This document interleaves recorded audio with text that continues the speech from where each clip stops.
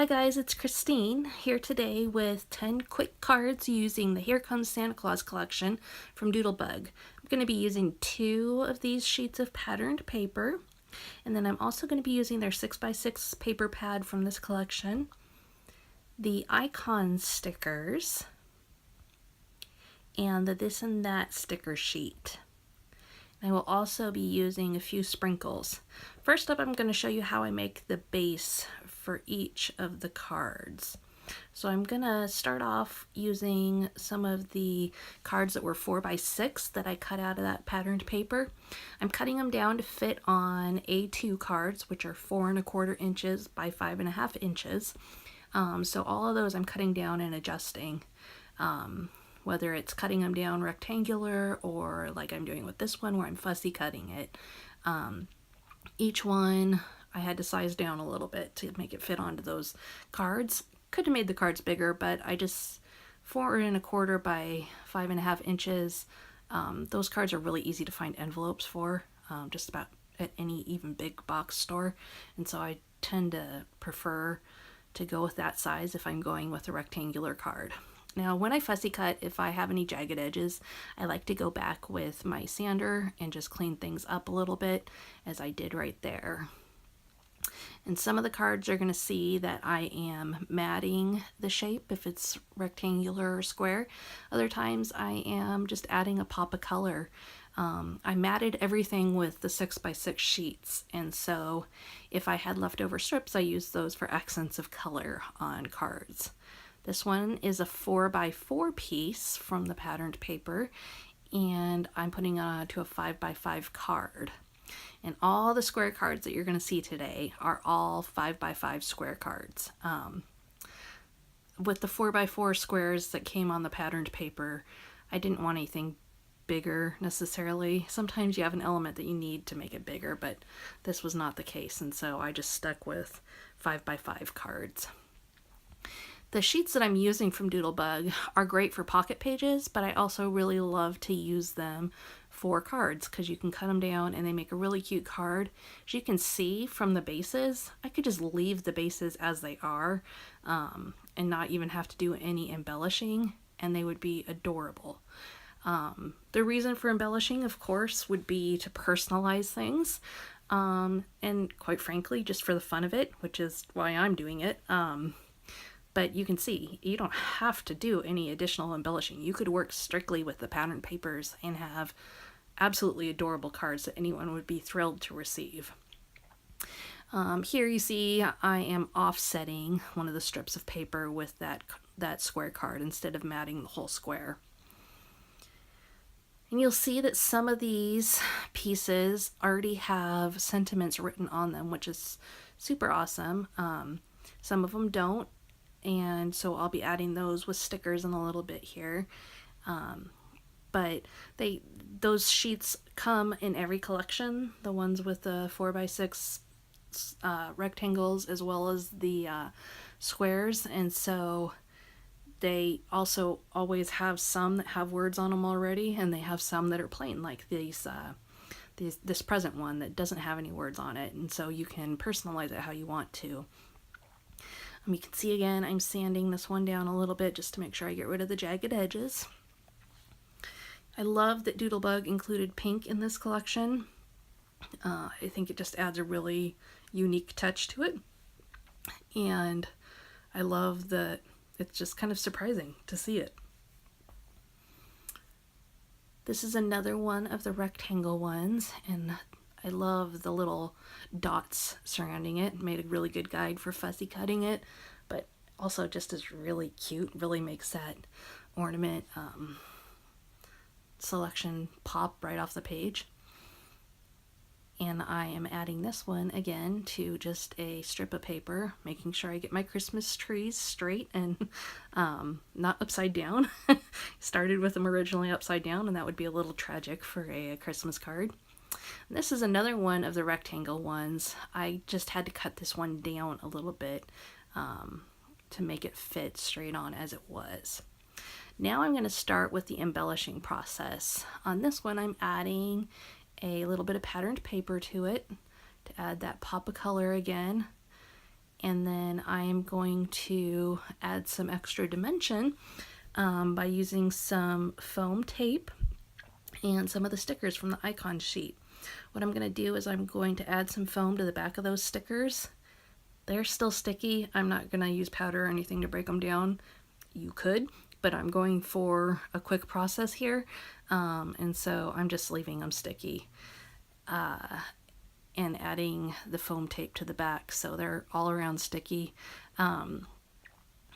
What I did is I overlapped them over the printed presents, and that just adds some really cute fun dimension. And then of course I pulled a sentiment, and this one says, "Here comes Santa Claus," because what else is more perfect for a big pile of presents, right? This one, I love how this one turned out with the pink on it.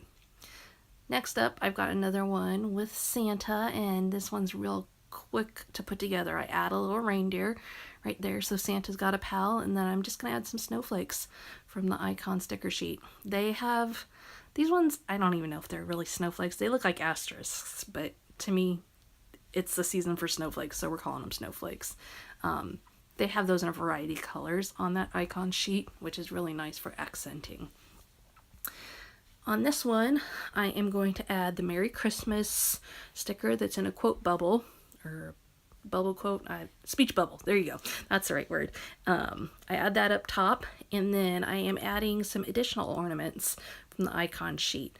They had ornaments on here that have similar shapes to what is printed on this patterned paper, but different colors, so it worked perfect for adding some and overlapping. And then I'm also getting out these jewels. These are also from Doodlebug, and they have a few different sizes on each sheet. I'm adding those on to add a little sparkle to that card. The next card, I am going to use some Doodlebug floss, and I am going to add some whimsical smoke coming out of the chimney on this little house that's in the snow globe. I am using some quick drying glue to do this, and I'm using a pin so that I can put the glue exactly where I want it.